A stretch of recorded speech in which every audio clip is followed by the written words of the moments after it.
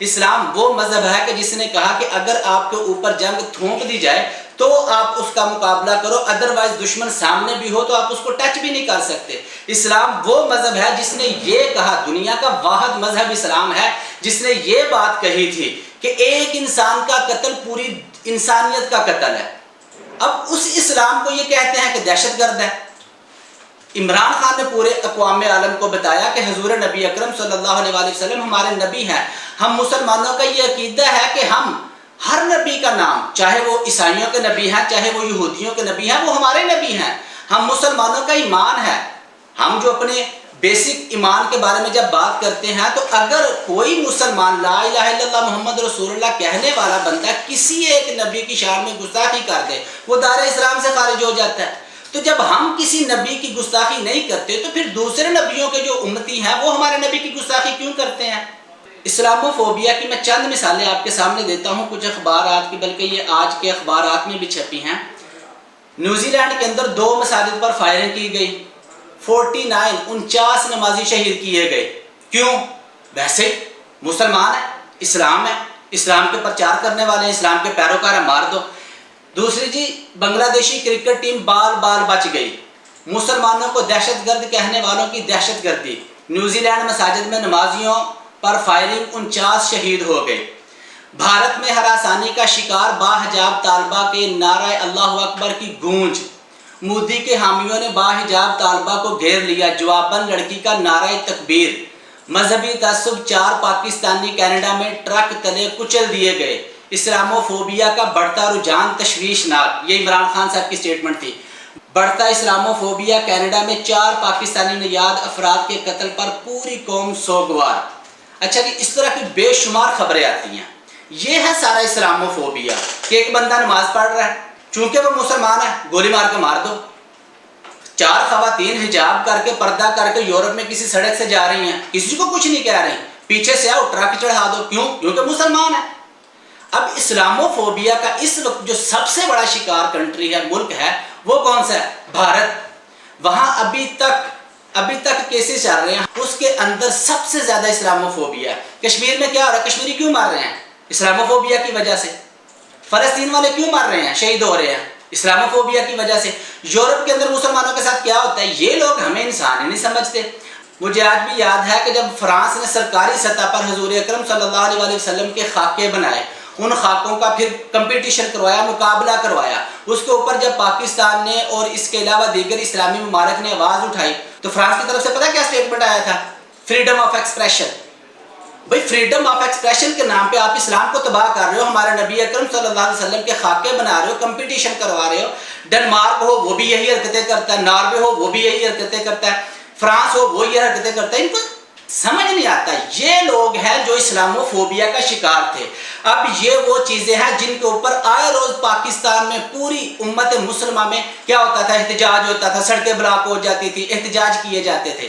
جہاں تک جس کا زور چلتا تھا وہ احتجاج ضرور کرتا تھا، لیکن جو احتجاج عمران خان صاحب نے کیا، پوری دنیا نے یہ بات تسلیم کر لی ہے۔ یورپ ہو، امریکہ ہو، کینیڈا ہو، رشیا ہو، چائنا ہو، دنیا کا کوئی بھی ملک ہو، اس نے یہ بات تسلیم کر لی ہے کہ اسلامو فوبیا کی روک تھام ہی عالمی امن کے لیے ضروری ہے۔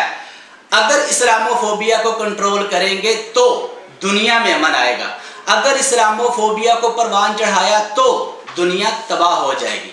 یہ اللہ تعالیٰ کا کرم ہے، فضل ہے کہ اقوام متحدہ نے، دنیا نے یہ تسلیم کر لیا ہے۔ اب انشاءاللہ ہر سال 15 مارچ جو ہے یہ ہم اسلامو فوبیا کی روک تھام کے طور پر یہ دن منایا جائے گا۔ دنیا میں بے شمار دن منائے جاتے ہیں، زمین کا دن منایا جاتا ہے، روشنیوں کا دن منایا جاتا ہے، درختوں کا دن منایا جاتا ہے، صفائی کا دن منایا جاتا ہے۔ اس کے علاوہ دنیا میں ماں کا دن منایا جاتا ہے، باپ کا دن منایا جاتا ہے، پولیو کا دن منایا جاتا ہے، بیماریوں کا بے شمار دن ہے۔ کہہ دوں کہ الحمدللہ یہ پاکستان کے حصے میں یہ نیکی آنی تھی، اللہ کا کرم ہے، اور اللہ تعالیٰ چاہے تو چڑیوں سے بھی باز مروا دیتا ہے۔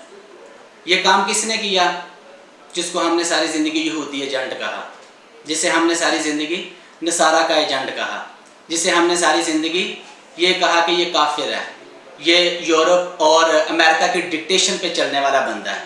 اس بندے نے اسلامو فوبیا کے خلاف آواز اٹھائی، اور الحمدللہ اس کی نیت صاف تھی، اس کے ارادے اچھے تھے، وہ قوم کا وفادار ہے، وہ ملک کا وفادار ہے، وہ مذہب کا وفادار ہے، وہ نبی سے محبت کرنے والا ہے، وہ اللہ سے ڈرنے والا ہے، اللہ نے پھر اس سے یہ کام لیا۔ اگر اس کو دیکھا جائے تو پاکستان کے اندر کیسے کیسے، میں ان کے نام نہیں لے سکتا، جن لوگوں نے دین کے نام پہ سیاست کی ہے، جن لوگوں نے دین کے نام پہ ووٹ لیا ہے، ان لوگوں نے دین کے لیے کیا کیا؟ سالہ سال سے 40 سال سے وہ اقتدار میں رہ رہے ہیں، آج تک کسی کی جرت نہیں ہے امریکہ کی آنکھوں میں آنکھیں ڈالے، کسی کی جرت نہیں ہے جا کے یورپ سے یہ کہہ دے کہ ہمارے نبی صلی اللہ علیہ وسلم ہمارے لیے بہت اہم ہیں، ہم ان کے خلاف کوئی بات برداشت نہیں کر سکتے، ہمارے جذبات مجروح ہوتے ہیں۔ کسی نے نہیں کہا، ڈرتے ہیں نا، ایمان کمزور ہے، یورپ سے ڈرتے ہیں، امریکہ سے ڈرتے ہیں کہ کہیں کچھ ہو نہ جائے، لیکن اس نے جس کو یہودی ایجنٹ کہا تھا، الحمدللہ اس کی کوشش کی وجہ سے، اس کے ارادوں کی وجہ سے اللہ تعالیٰ نے اس سے یہ کام لے لیا۔ ہر بندہ اپنے اپنے لیول پہ کام کرتا ہے۔ پاکستان کی جو مذہبی جماعتیں تھیں وہ پاکستان لیول تک رہیں، انہوں نے آ کے اتنے احتجاج کیے، فرانس کے خلاف اس کے سفیر کو نکال دو، لیکن عمران خان نے یہ کہا کہ ہم انٹرنیشنل فورم پہ اس بات کو اٹھائیں گے۔ عمران خان نے پاکستان کے وزیر خارجہ کو بھیجا، لوگوں کو ساتھ ملایا، قرارداد پیش کی، اس کا یہ نتیجہ ہے۔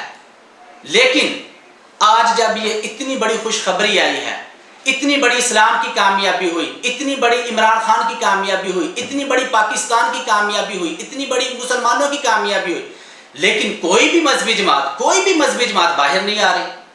چاہیے تو یہ تھا نا کہ جب گستاخی ہوئی اس وقت آپ لوگوں نے اتنا احتجاج کیا، تو جو کچھ آپ چاہتے تھے اگر اس کا پہلا سٹیپ چاہے 10% ہی صحیح، اگر وہ آپ کو مل گیا ہے تو آپ باہر نکلتے، لوگوں کو بلاتے، لوگوں کو بلا کے آپ جلوس نکالتے، پوری دنیا کو بتاتے کہ الحمدللہ ہمیں کامیابی ملی ہے، الحمدللہ ہمیں یہ تسلیم کر لیا گیا کہ اسلام امن کا درس دیتا ہے، ہمیں بہت خوشی ہے، جس کے لیے ہم نے کوشش کی تھی وہ کام ہو گیا، لہٰذا ہم خوش ہیں، اب اس کے بعد کیا کرنا ہے وہ بات کا لائحہ عمل ہے۔ لیکن کوئی نہیں باہر آ رہا، کیوں؟ اگر آج اس کام کے لیے باہر نکلیں گے تو اس کا کریڈٹ کس کو جائے گا؟ عمران خان کو۔ مولانا خادم حسین رضوی رحمۃ اللہ علیہ وہ دنیا سے چلے گئے، بہت کوششیں ہیں، بہت کاوشیں ہیں، تحفظ ختم نبوت کے لیے ان کی کوششیں تھیں، ناموس رسالت اس کے لیے ان کی کوششیں تھیں۔ جب ان کا انتقال ہوا میں ان کے جنازے میں موجود تھا تو ان کے جو بیٹے سعد حسین رضوی وہ وہاں تھے، ان کی جو بات تھی وہ جملہ میں آپ کو بتاتا ہوں، اس کے بعد فیصلہ آپ نے کرنا ہے۔ سعد حسین رضوی کا جو جملہ تھا وہ یہ تھا کہ میرے باپ کی موت، میں آپ کو بتا رہا ہوں، میرے باپ کی موت اس وجہ سے ہوئی چونکہ حضور اکرم صلی اللہ علیہ وسلم کی گستاخیاں ہو رہی ہیں، تو اس لیے میری پوری قوم سے گزارش یہ ہے کہ اپنے جو سیاسی معاملات ہیں، سیاسی مخالفت ہے، اس کو ایک سائڈ پہ رکھیں۔ سیاست میں آپ ایک دوسرے کے حلیف ہو سکتے ہیں، آپ ٹھیک ہے اپنے معاملات جمہوری آئینی طریقے سے کریں، ایک دوسرے کی مخالفت کریں، لیکن جب ناموس رسالت کا معاملہ ہے، لیکن جب عظمت رسول، عشق رسول کا معاملہ ہے، چاہے وہ کام اللہ نے کسی سے بھی لے لیا ہو، جو اس کی اپریسیشن بنتی ہے وہ اس کو دینی چاہیے۔ تو میرا خیال ہے کہ مذہبی جماعتوں کو باہر نکلنا چاہیے، اس کے اوپر خوشی کا اظہار کرنا چاہیے، مٹھائیاں بانٹنی چاہیے، اور عمران خان کو اور OIC کے جتنے بھی ممالک اس ساری کاوش میں شامل ہیں ان کو خراج تحسین پیش کریں اور پوری دنیا کو یہ پیغام دیں، اسلام کی تعلیمات یہ ہیں، اور پاکستان کے جو ان پڑھ لوگ ہیں جو صرف علماء پہ انحصار کرتے ہیں ان کو بھی بتایا جائے کہ آج کے بعد 15 مارچ کا دن کیسے منانا ہے، اور منانا کیسے ہے؟ تحفظ ناموس رسالت، عشق مصطفیٰ، عظمت رسول محمد رسول اللہ صلی اللہ علیہ وسلم کے نام پہ یہ دن منایا جائے گا۔ اب تک کے لیے اتنا ہی، اپنا خیال رکھیے گا اور اپنے اس چینل کا بھی۔ اللہ حافظ۔